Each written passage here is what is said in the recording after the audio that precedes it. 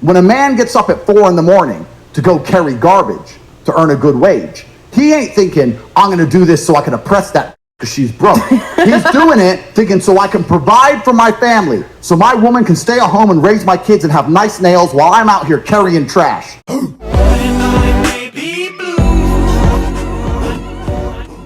Hi everyone, it's Blue. Make sure you like and subscribe and go follow me on my new YouTube channel and my Twitch. Those links are down below, along with my Patreon, which is only $5 a month, and you get an extra video every week. And she looks at me, she goes, well, if you could guess the color of my panties, Please. I'll f you. I'm like, okay, red. And she goes, they're green, but good enough. Today I'm going to be reacting to Andrew Tate advice. If you're the kind of person who feels like they need therapy, you're useless. Because in the harshest realities of this cold world, there are people in Syria whose entire families have been blown to who are still getting up every day, making bread and selling it on the streets so they have enough money to buy a new pair of sandals sometime next year. It strikes out of nowhere. If that's true, why is it not universal across the human condition? Why are some countries more depressed than others? Explain why some countries have no depression and some countries have a bunch of depression. Maybe because in some countries all we do is talk about depression and promote it, and in some countries we don't. The reason that depression is promoted is because it allows you to become ultimately selfish, live inside of your mind, become obsessed with me, I'm sad, so you don't pay enough attention to what's going on around you to realize you're getting by a ruling class who don't give a shit. And anyone who sits here and tells me, well, depression's real, you're telling me that your mindset is weak. And I'm not going to adopt the thinking of weaklings. I'm busy living life. I'll go ahead and just comment on the second one. Not my opinion, just speaking on what I think he was kind of referencing or saying his opinion is, which is when people above you or have money for commercials or doctors want somebody to take medication, it is one opinion and one thought to think, oh, well, it would clearly benefit a lot of people who are up there to convince all of these people this is what you have and this is what you need and this is why you are this way and there's nothing you can do about it. There's a magical power amongst men which has been forgotten and lost.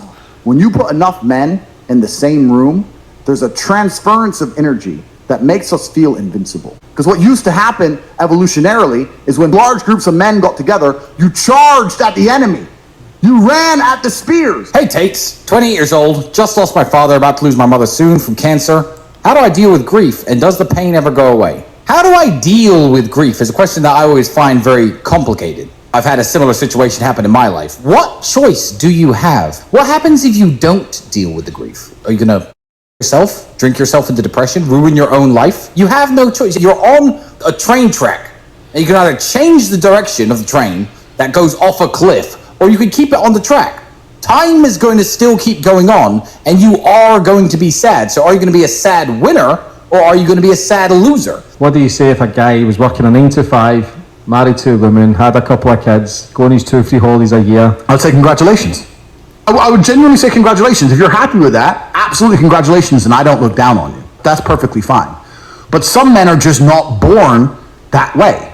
Some men are born with something else inside of them, with a fire inside of them. Some men are not satisfied with that. I know me as an individual, I could not be satisfied with that. That doesn't mean I look down on the people who are. You're confused. It's a nice way to look at things. It's like a respectful way, very bold and aggressive, but he is being respectful in that by saying, just not everybody's born that way. So like, I want more, but I'm not necessarily looking down on you for being happy at what you've worked for and what you've achieved for yourself. Also, the grief thing, I don't know if that was him whenever he was younger. At first I didn't even think it was him, but then I heard how he spoke. And I just thought maybe it's like a really old video or something, but where he's speaking about grief and responding to somebody who lost their father and is about to lose their mother. I could see how some people would maybe even think, wow, that's super harsh, like that's not how life works, and that's a really rude way of saying things. But I could also see how some people say, yeah, but there are certain messages and certain people in the world that literally have to hear things that way in order to take them in. Some people respond better to comfort and softness, and then some people respond better to assertiveness and very, very direct energy.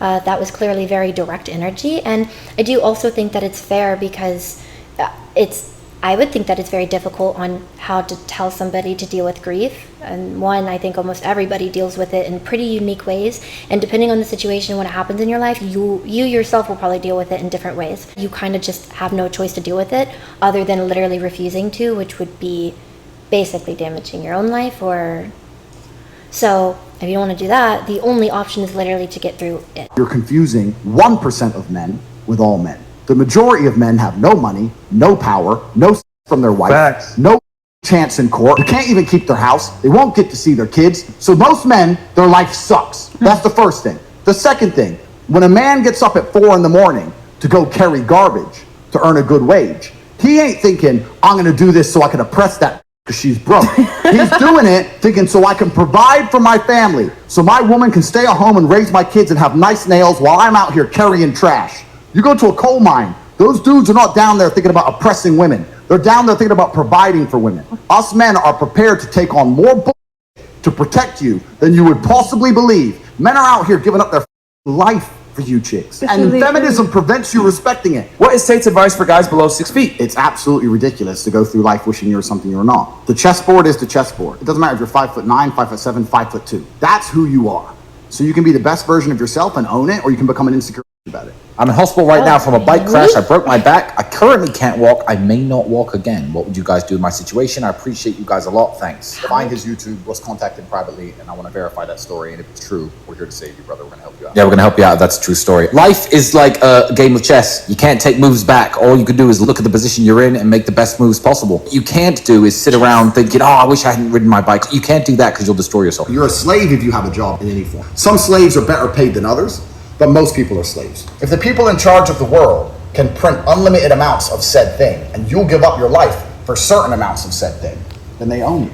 They control you. Oh, you need $100 to do this. Print. It doesn't matter. It's not real. So who cares? I like how it ended. The last two clips are actually really stand out to me.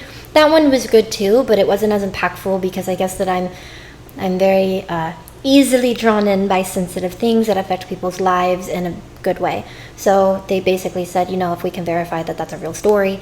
I think I missed a few parts because I was so distracted at the fact not a young Tate. I guess somebody related to him or something because there's actually Andrew Tate. But yeah, if he really did, I think this was the story, fall off his bike, break his back, and now he's probably never going to walk again. I think those were the important parts. That they're going to take care of him. That's really nice. I mean, it's also kind of refreshing because if there were a lot of people who took the first advice of, okay, well, grief is grief, you're going to deal with it or don't. What are you going to do if you don't? It's like, oh, wow, harsh. Cool, thanks. This one is like, okay, well, he clearly cares about people. Like, that's really nice. Even if somebody can excuse it, like, it doesn't matter. He has millions of dollars. There are plenty of people who have millions of dollars who don't care about individual people. So I did like that part. I hope that you guys enjoyed. If you haven't already, make sure you like and subscribe and go check out all of my links. Leave a comment down below of what you thought about the video, and I'll see you all next time.